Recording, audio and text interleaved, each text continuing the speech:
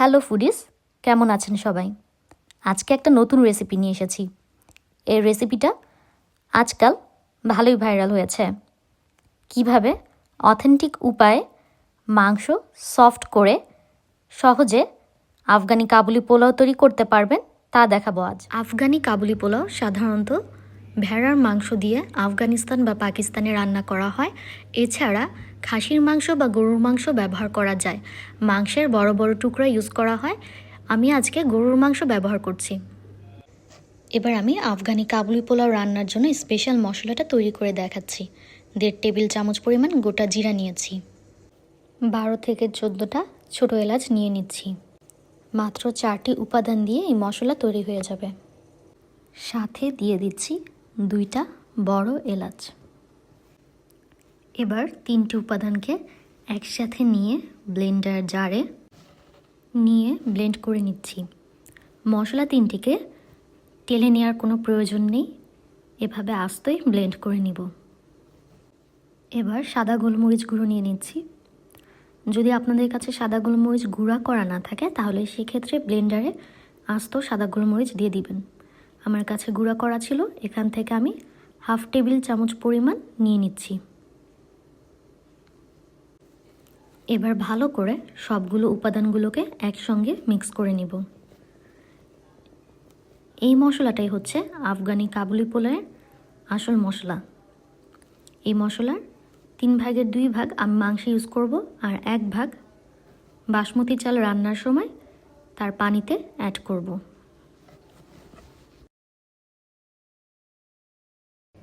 এখানে 1 কাপ পরিমাণ sunflower oil নিয়ে নিয়েছি। আপনারা ক্যানুলা অয়েল অথবা সয়াবিন অয়েল যে কোনোটা ব্যবহার করতে পারেন। রান্নার পরবর্তী পর্যায়ে আর কোনো তেল ব্যবহার করব না, এজন্য প্রথমেই তেলটা একটু বেশি পরিমাণে নিতে হবে। চুলা জ্বালিয়ে দিয়ে 1 কাপ সানফ্লাওয়ার অয়েল ঢেলে দিচ্ছি এবং তেল গরম হওয়ার জন্য অপেক্ষা করছি। তেল হালকা গরম হয়ে আসলে 2 কাপ পরিমাণ কুচি করে রাখা পেঁয়াজ দিয়ে দিচ্ছি। পেঁয়াজ হালকা বাদামি হয়ে না আসা পর্যন্ত পেঁয়াজটাকে এভাবে মাঝে মধ্যে নাড়তে চাড়তে থাকবো এবং চুলার হিটটা কমিয়ে রাখবো যাতে পেঁয়াজটা পুড়ে না যায়। যেহেতু কম মশলা ব্যবহার করছি এজন্য পেঁয়াজের পরিমাণ কিছুটা বেশি নিতে হয়েছে। পেঁয়াজটা হালকা বাদামি কালার হয়ে এসেছে। এবার এর মধ্যে মাংস দিয়ে দিব এবং মাংসগুলোকে প্রায় 15 মিনিটের জন্য এই পেঁয়াজের সাথে ভেজে নেব।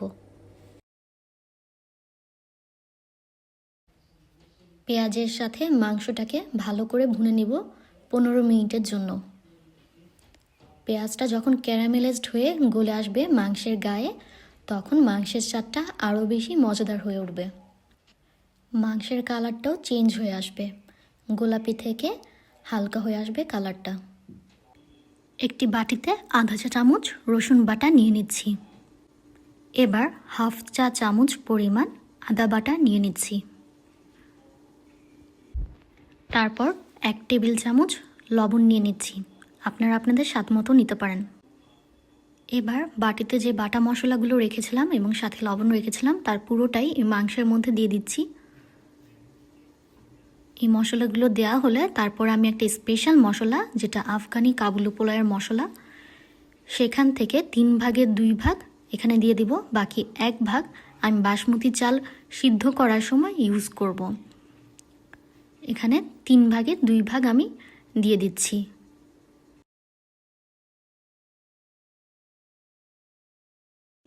মশলাগুলোকে আমি ভালো করে মাংসের সাথে মিশিয়ে নিচ্ছি। ভালো করে কষিয়ে নিব পরবর্তী 15 মিনিটের জন্য এবং এ পর্যায়ে চুলার হিট লো টু মিডিয়াম আঁচে রাখব।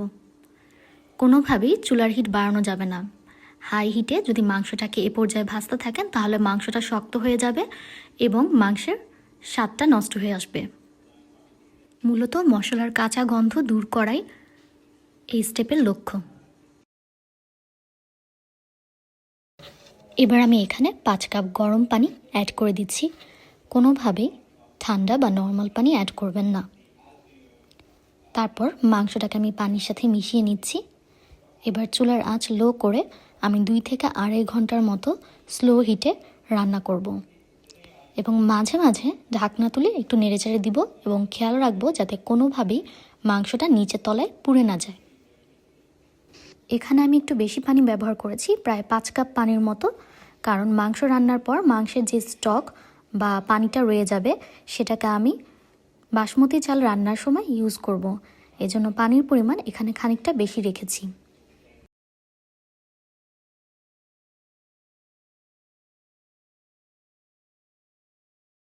আফগানি কাবুলি পোলাও রান্না করতে সাধারণত বাসমতি চাল ব্যবহার করা হয়, তাই আমি এখানে 4 কাপ পরিমাণ বাসমতি চাল নিয়ে নিচ্ছি।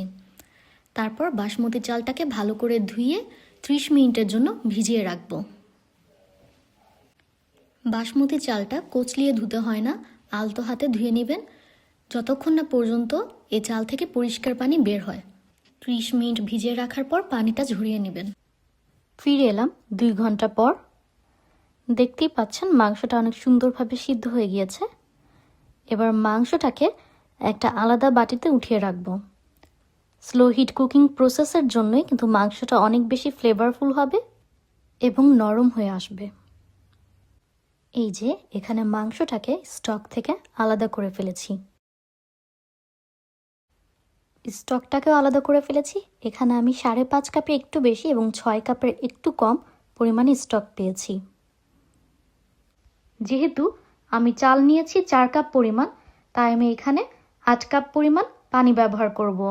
অর্থাৎ যে পরিমাণ চাল তার দ্বিগুণ পরিমাণ পানি ব্যবহার করতে হবে। যেহেতু স্টক পেয়েছি 6 কাপ, তাই আমি আরও 2 কাপ পানি এখানে অ্যাড করে দিচ্ছি। তারপর একটু নেড়েচেড়ে ঢাকনা দিয়ে দিব যতক্ষণ না পর্যন্ত বলক আসে। যখন বলক আসবে অর্থাৎ পানি ফুটতে শুরু করবে, তখন ঝরিয়ে রাখা চালটা দিয়ে দিচ্ছি। এরপর হাফ টেবিল চামচ পরিমাণ লবণ অ্যাড করে দিচ্ছি। 1 চা চামচ পরিমাণ চিনি অ্যাড করে দিব। এবার 2 থেকে 3 টেবিল চামচ পরিমাণ ঘি দিয়ে দিব। আফগানি কাবুলি পোলাও মশলার 3 ভাগের 2 ভাগ আমি মাংসের সাথে ব্যবহার করে রেখেছিলাম, বাকি 1 ভাগ আমি এখন পোলাওয়ের সাথে দিয়ে দিচ্ছি। দিয়ে দেওয়ার পর সব কিছুকে ভালো করে নেড়েচেড়ে মিশিয়ে নিচ্ছি। মিশিয়ে নেওয়া হলে আমি ঢাকনা দিয়ে দিব। ঢাকনা দিয়ে অপেক্ষা করব ততক্ষণ পর্যন্ত যতক্ষণ না এর পানিটা চালের গায়ে গায়ে লেগে আসে, এবং চুলার হিটটা আমি এখানে স্লো করে রাখবো। এর মাঝখানে অন্য কাজগুলো করে আসি, চলুন। এই পর্যায়ে 4 থেকে 5টি ছোট সাইজের গাজর নিয়ে নিব। আপনাদের কাছে যদি বড় সাইজের গাজর থাকে তাহলে 2টি গাজরই যথেষ্ট। ভালো করে গাজরগুলোকে ধুয়ে নিব। গাজরগুলোকে এভাবে কুচি করে কেটে নিব। একে জুলিয়ান কাট বলে। এভাবে চিকন করে গাজরগুলোকে আমি কেটে নিয়েছি।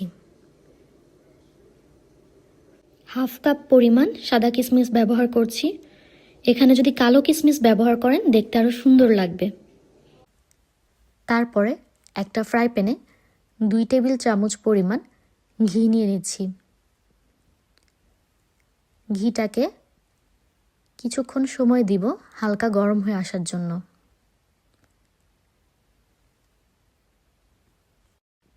দেখতেই পাচ্ছেন শীতের দেশ বলে ঘিটা জমাট বেঁধে আছে।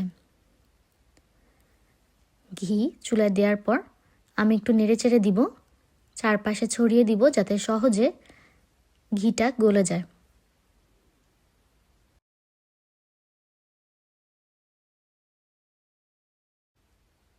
ঘি পুরোপুরি মেল্ট হয়ে গিয়েছে।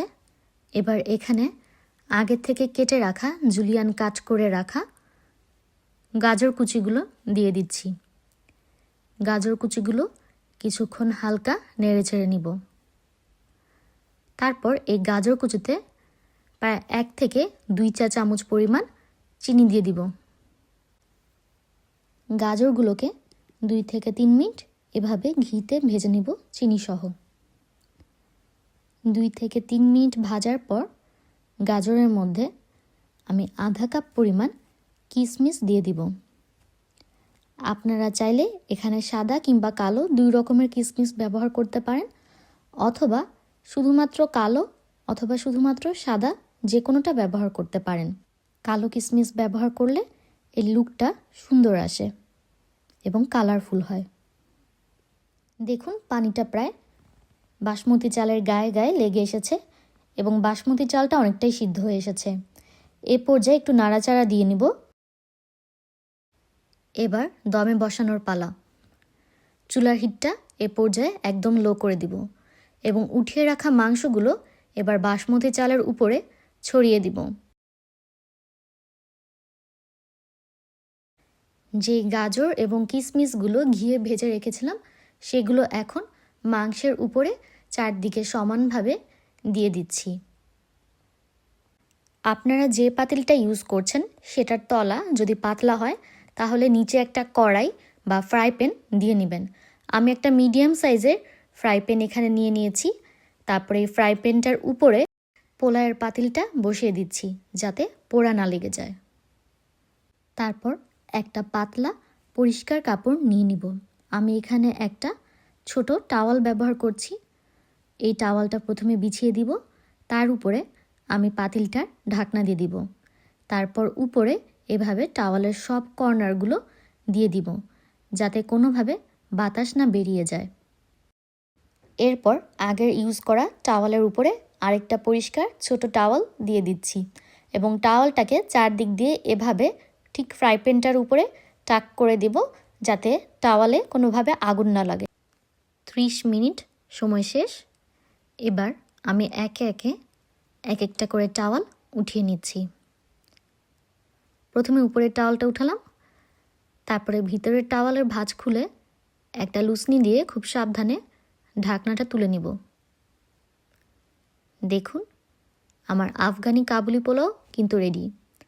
এর থেকে অসাধারণ সুন্দর একটা ঘ্রাণ আসছে।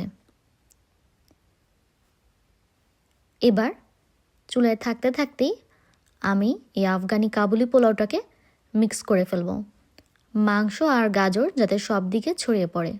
এ পর্যায়ে অবশ্যই চুলাটা বন্ধ করে নেবেন, ভুলে যাবেন না, না হলে কিন্তু নিচে দিয়ে পোড়া লেগে যেতে পারে।